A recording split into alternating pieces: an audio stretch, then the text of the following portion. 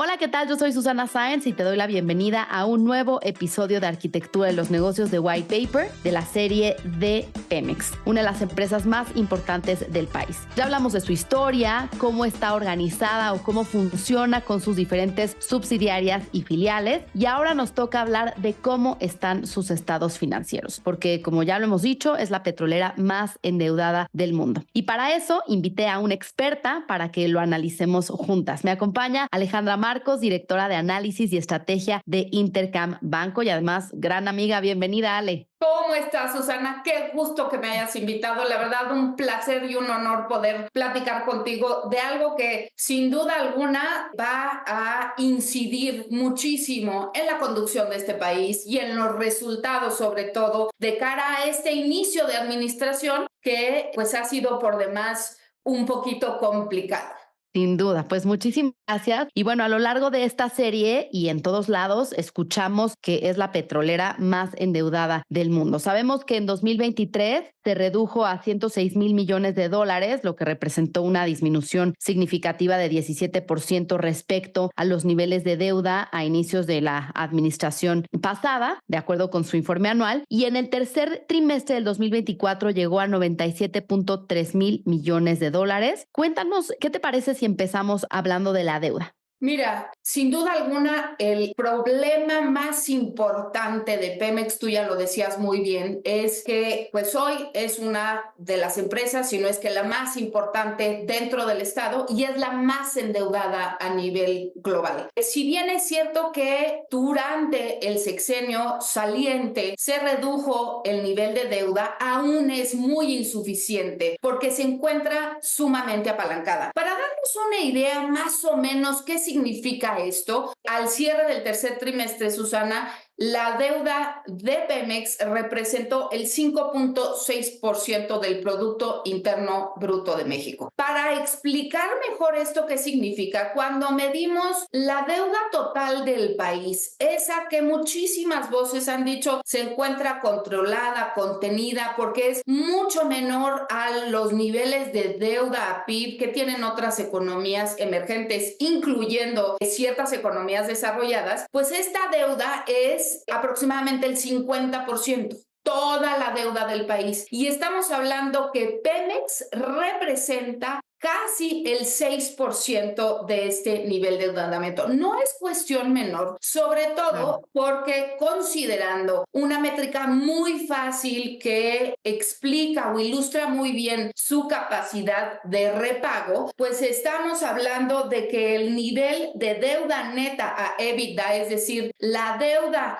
considerando el flujo de operación en efectivo, es 6.4 veces. Es una locura, Susana, porque cuando volteamos a ver empresas que están listadas en las distintas bolsas de valores, este nivel de endeudamiento habla de una gestión ineficiente de la posibilidad de repago para los accionistas. Entonces, el tema de la deuda es un tema puntual que debe de ser abordado y no solo abordado, sino reducido, porque en la medida que Pemex no sea capaz de pagar estos vencimientos, que ahorita hablamos de ellos, pues se ve muy difícil poder salir al mercado, inclusive a refinanciar esta deuda y hacer este rollover, ¿no? Que es muy común en empresas que necesitan muchos recursos para poder financiar su operación.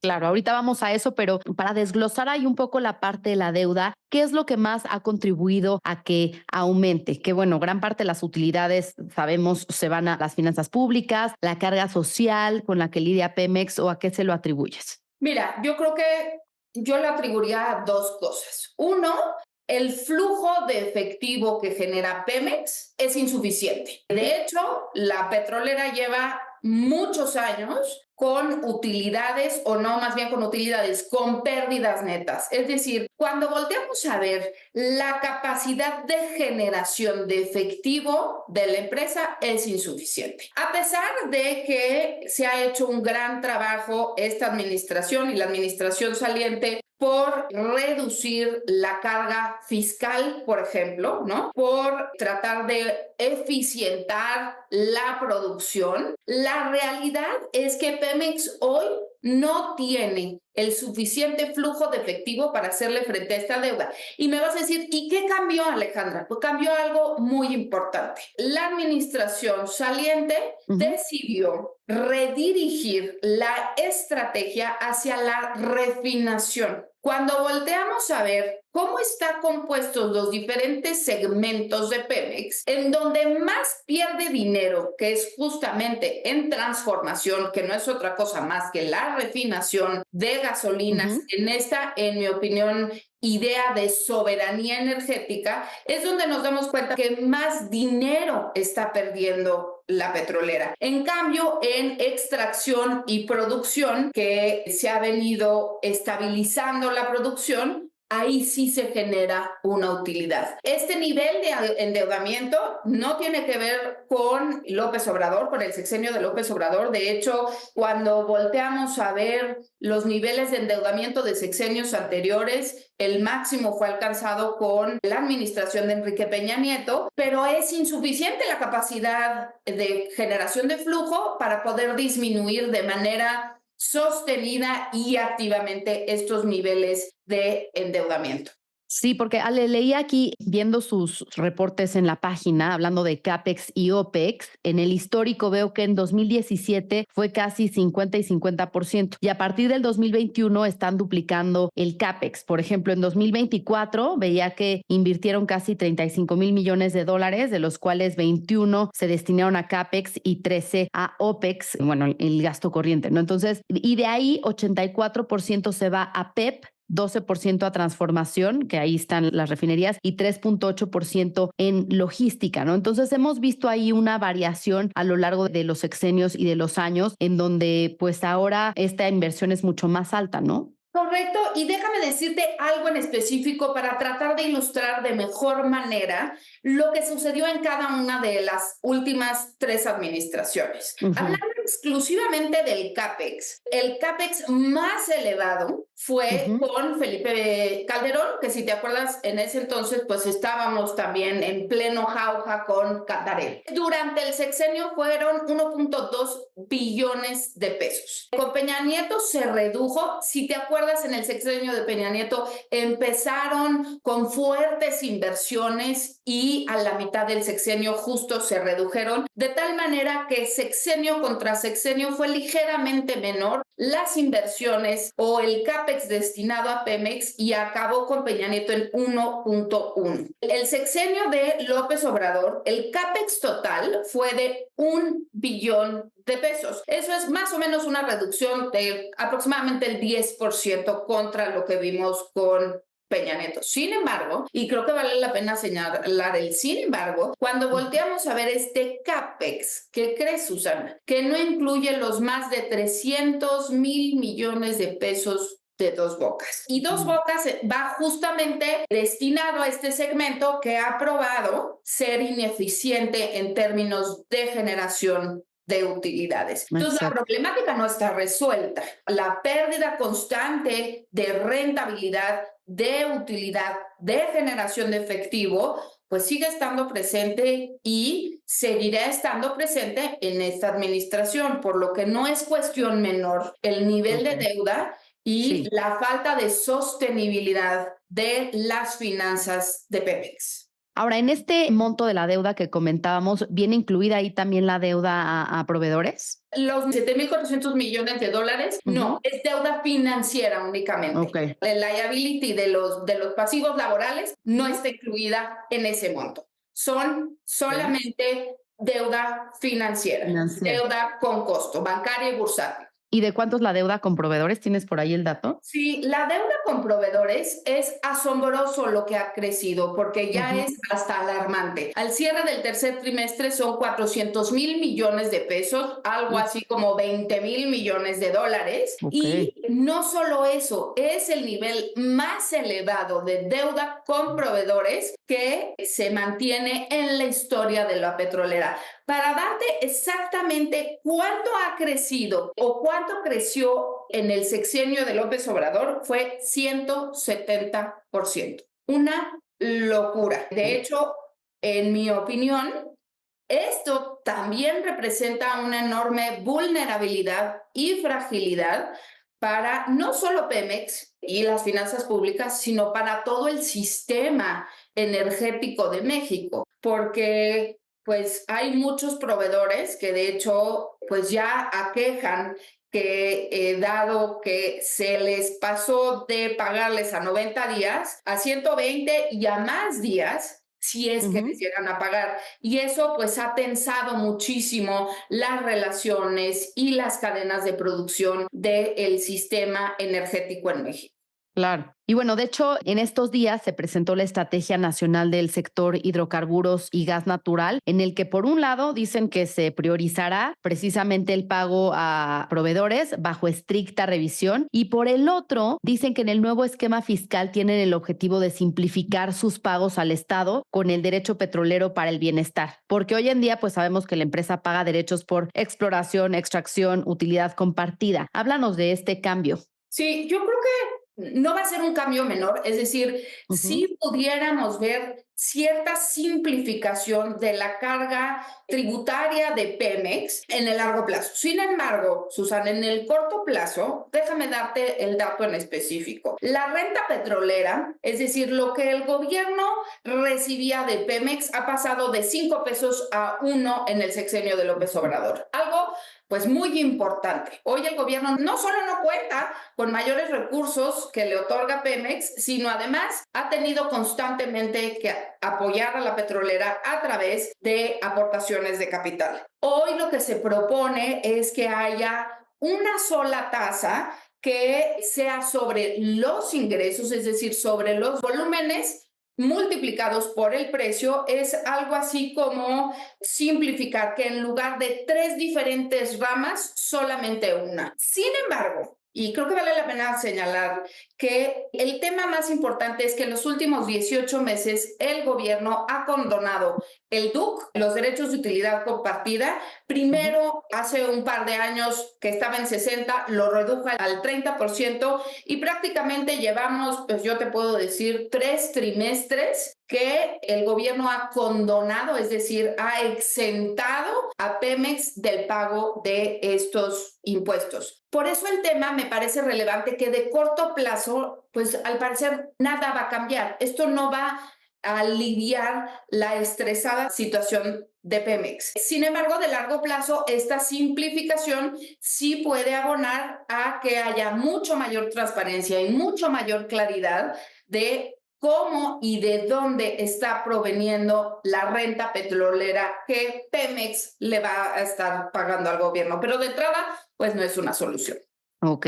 Ahora hay que decir que la deuda está mayormente colocada en dólares porque, pues bueno, en esa moneda vienen los ingresos porque vienen principalmente de la venta de petróleo, ¿no? Y digamos que el grueso de la deuda, tanto para el gobierno como para Pemex, está en bonos, ¿cierto? Háblanos de esta colocación en los mercados financieros internacionales. Sí, mira, el 75% de la deuda está denominada en dólares. Son básicamente bonos que están en el mercado que desafortunadamente, dada la situación comprometida de las finanzas de Pemex, pues prácticamente están cotizándose más o menos a 450 puntos base por arriba del soberano. ¿Esto qué quiere decir, Susana? Que pues para todo fin práctico, conociendo que los bonos de Pemex, si bien no tienen una garantía explícita del gobierno, sí la tienen de manera implícita, pues la petrolera está pagando una sobretasa brutal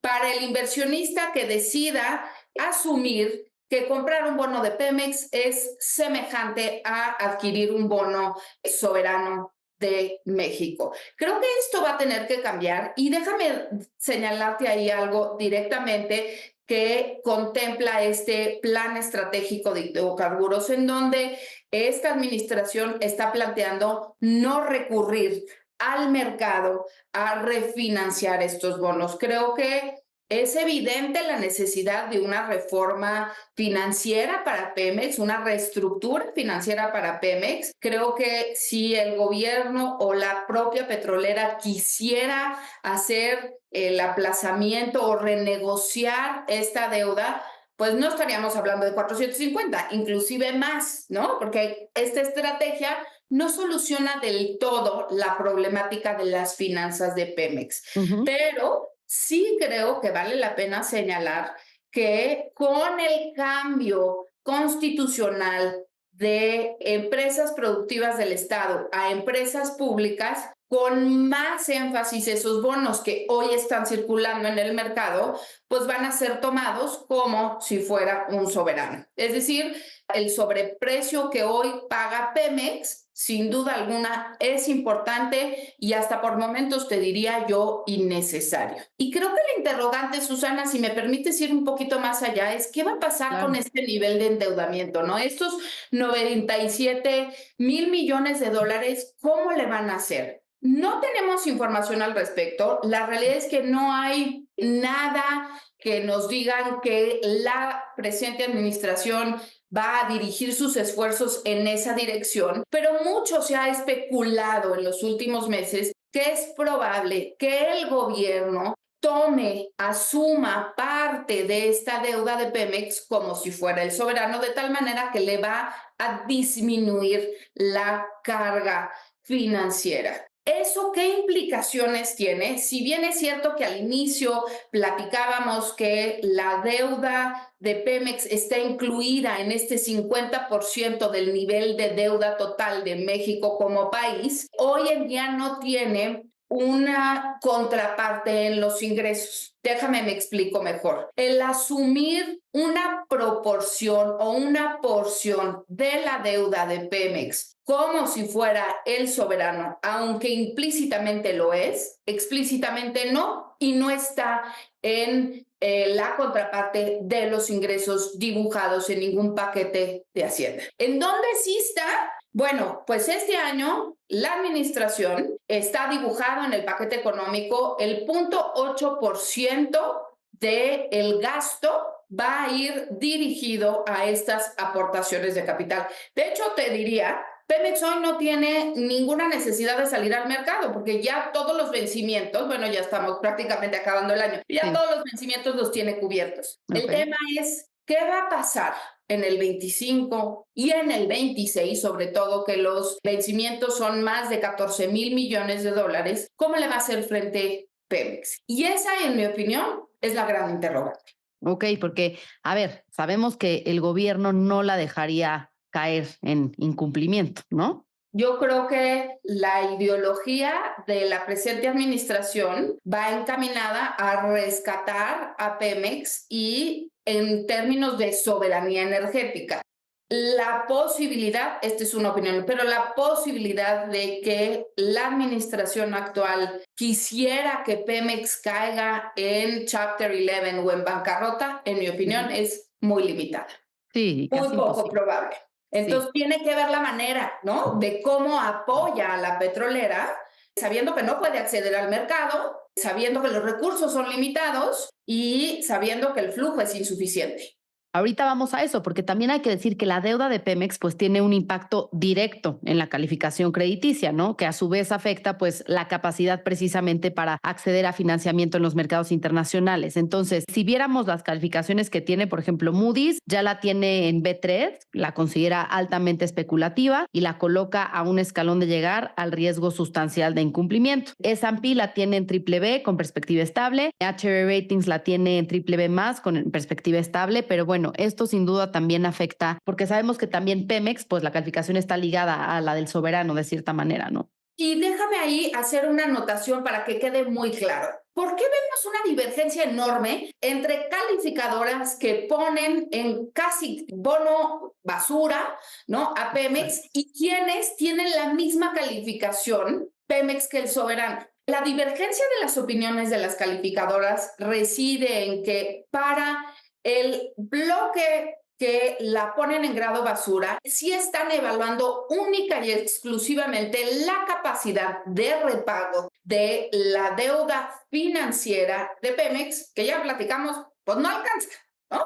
La realidad. Exacto. Y para el segundo bloque, ellos están asumiendo esto que el mercado ha dicho. Implícitamente, el gobierno va a asumir la deuda de Pemex y no la va a dejar quebrar. Es decir, todos los apoyos que requiera la petrolera van a venir de la mano del gobierno. Y por eso tanto HR Ratings como S&P están en el mismo escalón, el soberano y Pemex. La realidad es que cada calificadora tiene su metodología y cada calificadora evidentemente puede definir bajo qué criterios sitúa la calificación crediticia de uno u otro papel. Pero creo que en general ambas están justamente reflejando lo que hemos platicado, ¿no? Por un lado, la situación de Pemex como individuo, como empresa independiente, es insuficiente,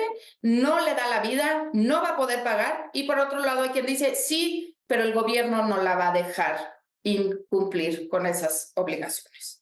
Exacto. Ahora, todo esto que platicamos, Ale, me hace pensar que, pues sin duda, Pemex tiene que incrementar sus ingresos, ¿no? Y en los episodios anteriores hemos hablado del peso que tiene Pemex Exploración y Producción para la petrolera y para las finanzas del país. Ya decías tú el caso de Cantarell, también está el caso de Kumalopsat, pero bueno, en su reporte, en el último reporte trimestral, dicen que esta subsidiaria priorizó la actividad en aguas someras y terrestres y se enfocaron principalmente a promover el desarrollo acelerado de nuevos campos, ¿no? Sin embargo, pues la declinación natural de los campos y condiciones climatológicas incidieron negativamente, con lo que se llegó a una producción de alrededor de 1.7 millones de barriles diarios, cuando en el mismo periodo del año pasado se llegó a 1.8, aunque sabemos que, bueno, esto no se acerca a nuestras épocas doradas de 3.4 millones de barriles diarios, ¿no? Pero bueno, ¿crees que esto también se debe a la falta de tecnología, de inversión? Leía un reportaje de Bloomberg en el que mencionaba que la producción petrolera en Estados Unidos ha aumentado a un récord de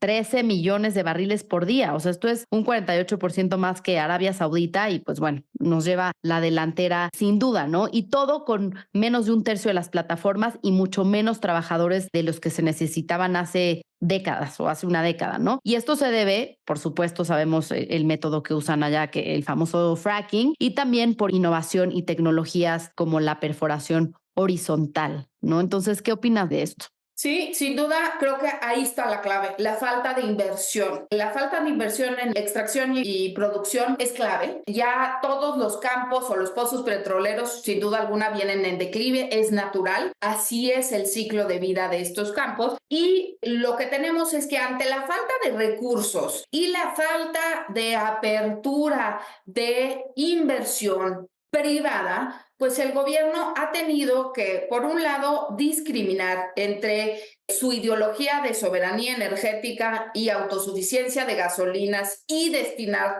una buena parte a este segmento que ya platicamos que es perdedor, mientras que en extracción y producción, si bien en términos de monto la inversión es mayor, es insuficiente porque hoy en día se necesitan inversiones mucho mayores para poder extraer en aguas profundas. Situación que el gobierno desafortunadamente no tiene la tecnología ni los recursos para hacerlos. Por eso se habla de la enorme necesidad de invitar a la inversión privada a que a través de la asunción del riesgo, ¿no? El privado debería de asumir el 100% del riesgo, poder compartir esa utilidad en caso de que se logre extraer algo de crudo. Lo que pasa es que en el sexenio de López Obrador sí vimos un cambio en 180 grados de lo que querían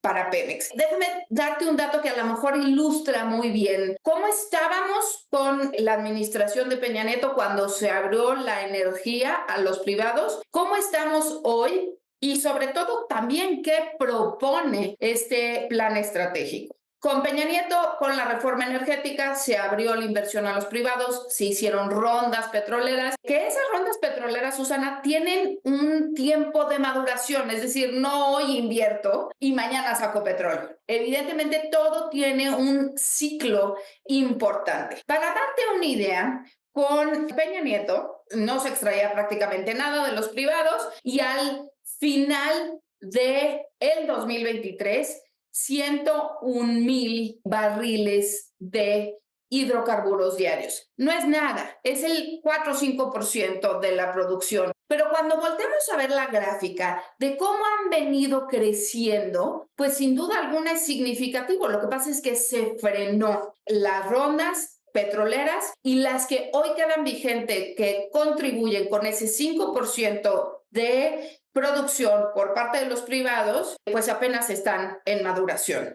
Creo que la respuesta clave de si quiere la administración aumentar los ingresos de Pemex tiene necesariamente que, por un lado, abrir la inversión a privados o, por el otro lado, hacer nuevas inyecciones de capital a Pemex para que pueda modificar la extracción y producción de petróleo. Pero déjame decirte una mala noticia. Esta administración ya fue clarísima y dijo vamos a estabilizar en 1.8 miles de barriles diarios Pemex, incluyendo a los privados. Eso quiere decir que al gobierno tampoco le interesa de manera direccional aumentar la extracción de crudo, ni de los privados ni de la propia petrolera.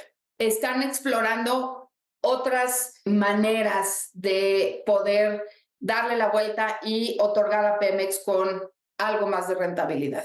Oye, porque leía que también en el plan que presentaron hoy, Víctor Rodríguez, el director de Pemex, decía que van a implementar un plan de austeridad, ¿no? Que van a reducir gastos redundantes en 50,000 millones de pesos, pero pues eso de dónde puede venir y también qué tan relevante puede ser, ¿no? Exacto, creo que me quedo con esa segunda parte, ¿no? 50,000 millones de pesos. Ahora no dice si es en un trimestre, si es en un año, si es en... Pero para darnos una idea, en lo que va de este año, o sea, de enero a octubre, los gastos, el costo y gasto total de Pemex es 1.2 billones de pesos. Considerando esta cifra anualizada, pues estamos hablando de entre el 2.5 y 3%. Nada que mueva la aguja y que vayas a tener ahora una mucho mayor utilidad. A mí me gusta mucho, Susana, compartir algo, un dato que creo que es sumamente ilustrativo entre los diferentes segmentos de Pemex. Cuando volteamos a ver transformación, que no es otra cosa más que refinación, la petrolera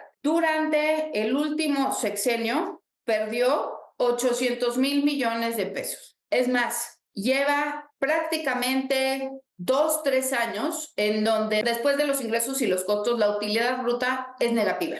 Es decir, desde la transformación al inicio de la transformación se pierde dinero. En cambio, la parte de exploración y producción tiene una utilidad. Claro, ha venido cayendo porque también han venido cayendo los volúmenes y más que se ha redirigido la venta hacia la demanda doméstica más que a la exportación, pero tiene utilidad. Entonces estás contrastando donde, para darte una idea en específico, la pérdida neta de Pemex durante los primeros meses, 9 meses del 2024, ascendió a 430,000 millones de pesos. Es la pérdida más grande en los últimos 13 años, pero además toda esta pérdida es básicamente de transformación. Ok, por las refinerías. No están operando a su máxima capacidad por falta de mantenimiento. También Dos Bocas todavía no está operando al 100%. Correcto. Entonces tienes una infraestructura ineficiente y tienes un proceso productivo ineficiente y perdedor. Yo creo que aquí lo importante es ver hacia dónde se puede dirigir Pemex, porque incluyendo el plan que anunciaron hoy en la mañana, por ejemplo, pues siguen insistiendo en enfocar la producción a la demanda interna y reducir cada vez más la dependencia de las exportaciones, en mi opinión, en esta falsa idea de soberanía. Pero sí vamos a ver que al tiempo que baja la producción de crudo, va a subir la producción de gasolinas. Déjame darte un dato en específico que también está contenido en el plan. Hoy el sistema de refinerías abastece el 55% de las necesidades de gasolina que tiene el país. La idea es que para finales de este sexenio, en el 2030, se aumente 34% más. El tema es que si bien podemos ser autosuficientes en gasolinas, pues queda la interrogante de dónde se va a sacar ese crudo que se necesita para transformarse en gasolina. Y ese, pues evidentemente y eventualmente va a tener que ser importado. Claro. Y además también la capacidad de almacenamiento, ¿no? Platicando con algunos expertos me decían, es que no tenemos ni para 3 días de Correcto. almacenamiento, cuando la OCDE dice que para que un país sea autosuficiente en materia energética, necesita entre 28 y 35 días. Es en ese concepto justamente reside la soberanía energética, no de dónde viene la gasolina que cubre las necesidades del país. Exacto. Ahora, otro tema importante creo que es la carga social entre el número de empleados, entre operativos y administrativos, los gastos salariales, prestaciones, pensionados, el tema del sindicato, todo eso también, ¿qué peso tiene en la petrolera, no? Sin duda alguna, una de las cargas más importantes, si bien no es financiera y tampoco es la deuda con proveedores, son los pasivos laborales. Estos que, por supuesto, no están fondeados al 100%, que van a ir creciendo y que además representan un reto enorme, en este caso para las finanzas públicas. Entonces, no es una cuestión menor tratar de adelgazar y eficientar la plantilla laboral, sino de más plazo es ¿cómo le van a hacer frente a esta deuda laboral que pues, hoy no está ni cercanamente fondeada? Claro. Y además esto, en comparación con otras petroleras del mundo, me parece que es abismal la diferencia, ¿no? O sea, la enorme carga social en Pemex a diferencia de otras. Correcto. A pesar de que el costo de extracción de Pemex más o menos anda sobre los $14, que no acaba siendo tan diferente de una buena muestra de países, cuando volteamos a ver el gasto total, la parte administrativa, la parte laboral acaba encareciendo muchísimo el costo total de cada barril producido en Pemex. Entonces, es un reto enorme para la administración simplificar la estructura, es un reto enorme simplificar y eficientar la plantilla laboral. Lo que pasa es que el tema es sumamente delicado. Claro, y tiene muchos tintes políticos ahí también, ¿no? Correcto.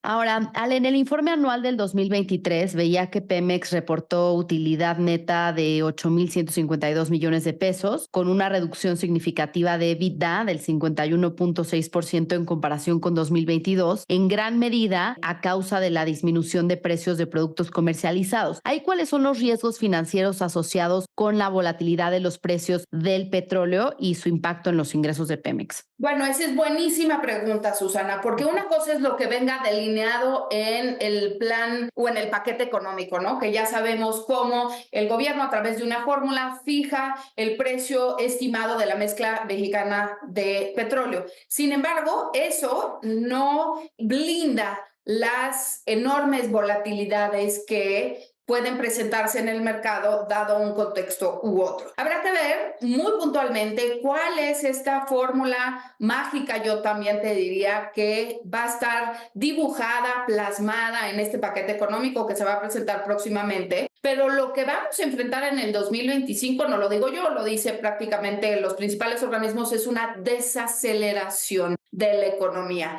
Frente a una desaceleración de la economía global, y estoy hablando de la actividad económica del mundo, pues lo más probable es que veamos que el precio del petróleo difícilmente se sitúe muy por arriba de los niveles observados en este año. Es decir, lo más probable es que el precio del petróleo en el mercado internacional en el 2025 esté sesgado a la baja más que al alza, que sí puede ayudar muchísimo, desafortunadamente, el tema del escalamiento de las guerras en Medio Oriente, ¿no? Eso puede dislocar la trayectoria, puede generar un choque, puede generar que el precio del petróleo internacional se mantenga por arriba de los niveles a lo mejor de $70, $74, pero creo que en la medida que nos enfrentemos a una desaceleración, lo más probable es que esos precios sean sujetos más a riesgos a la baja que al alza. Y en ese sentido, pues ahí tienes tú la respuesta. Ya vimos cómo la utilidad en efectivo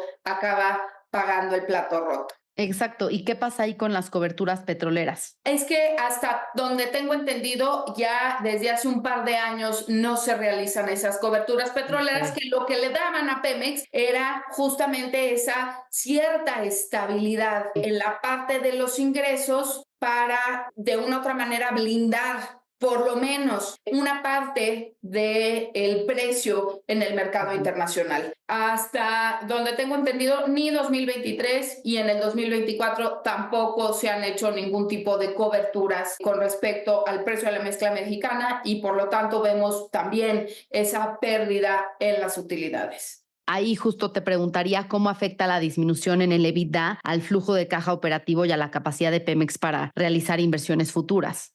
Es que justo a raíz de la generación del flujo de efectivo en efectivo, ahora sí que, o sea, el cash constante y sonante, pues si cada vez es menor, cada vez tienes menos disposición de ese cash para poder ya sea repartir a nivel de impuestos, pagar la deuda y financiar tus propias operaciones de capital, ¿no? O sea, estas necesidades de capital. En la medida que sigamos viendo la reducción en las utilidades, pues se pone más en riesgo la capacidad de pago de la deuda, la capacidad de pago de los proveedores, la capacidad de pago de impuestos a la federación. Entonces, no es cuestión menor armar un plan financiero que, en mi opinión, podría o debería incluir estas coberturas que, si bien son costosas, dan cierta resiliencia, por así decirlo, a la parte del flujo.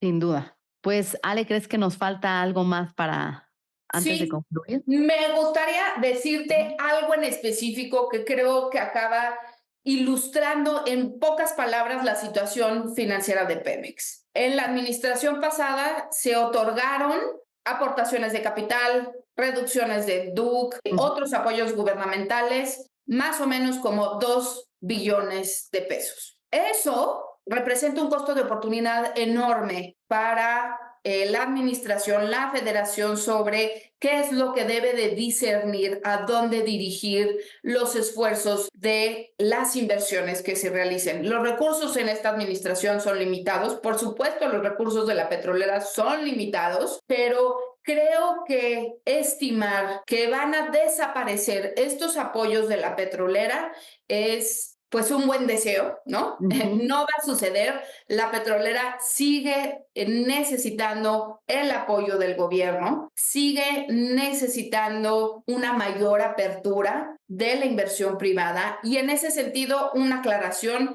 La buena noticia del plan estratégico es que sí trae un crecimiento puntual del 15% en la parte del gas natural y del 6.7% en la parte de hidrocarburos. La mayor expansión o la estabilización de los 1.8 en miles de barriles diarios que señaló Claudia Sheinbaum desde que tomó posesión, tiene que ver con la estabilización de la producción de Pemex y mayor apertura a los privados, pero va a ser insuficiente. Va a seguir siendo evidente los apoyos que el gobierno le tenga que dar a Pemex en esta administración que acaba de empezar.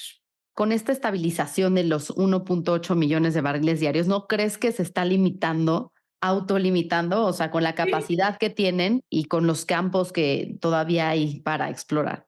Sí, es correcto. De hecho, si vemos toda la producción global de Pemex, es decir, de hidrocarburos, de gas, de barriles de petróleo, y han dicho estabilizar la producción en 1.8, darían, dependiendo si es gas natural o es hidrocarburos, pero estarían abriendo mucho más la participación a la inversión privada, pero ¿qué crees, Susana? Va a ser insuficiente. Pemex, en esta autolimitación, va a seguir requiriendo por lo menos las necesidades de capital que hoy sabemos que existen, y eso no va a cambiar. Claro, para ver un crecimiento importante en la producción de Pemex, en los volúmenes de Pemex, tendríamos que ver mayores inversiones. Y entonces no creo que el plan propuesto solucione de raíz la problemática, en donde sabemos que Pemex necesita una reforma estructural, sí. una reestructura financiera y operativa, pero de entrada sabemos que hay una mayor disposición por parte del gobierno a invitar a los privados, aunque en ambos casos va a ser muy limitada. Sí, y no se ha detallado cómo sería esta participación, ¿no? Porque no sería como los farm outs en la administración anterior. No, correcto. Y yo creo que los farm outs, eso sí, creo que de momento han quedado fuera de la mesa. Solamente se habla de una inversión mixta, así lo señalan, ¿no? Una inversión mixta, no sabemos en qué proporción ni cómo. Creo que al igual que falta la reglamentación del plan eléctrico, falta también la reglamentación y los detalles del plan estratégico de hidrocarburos. La historia todavía está por verse. Así es, Ale, pero muchísimas gracias por platicar con nosotros, por ayudarnos a desglosar los estados financieros de Pemex, este plan de hidrocarburos de la nueva administración. Y pues bueno, creo que es un tema que seguirá dando mucho de qué hablar y ojalá que podamos seguir platicando el próximo año a ver en qué va esto, porque como hemos dicho, pues es la empresa más importante de nuestro país. Y en mi opinión, y si me dejas concluir, es el talón de Aquiles de las finanzas públicas. Sin duda. Pues muchísimas gracias por platicar con nosotros en Arquitectura de los Negocios, Ale Marcos. Muchas gracias, Susana, y de verdad, un gusto. Después de haber analizado los estados financieros de Pemex, nos escuchamos la próxima semana en el último episodio de esta serie sobre petróleos mexicanos para hablar de cómo está hoy en día la petrolera y hacia dónde va. Esta es una producción de White Paper Media, la fuente de información de negocios en la que confían los principales empresarios y empresarias de nuestro país. Yo soy Susana Sáenz y si tienes curiosidad de cómo opera alguna industria o sector o alguna empresa, mándame tus sugerencias a susana@whitepaper.mx. Suscríbete en whitepaper.mx.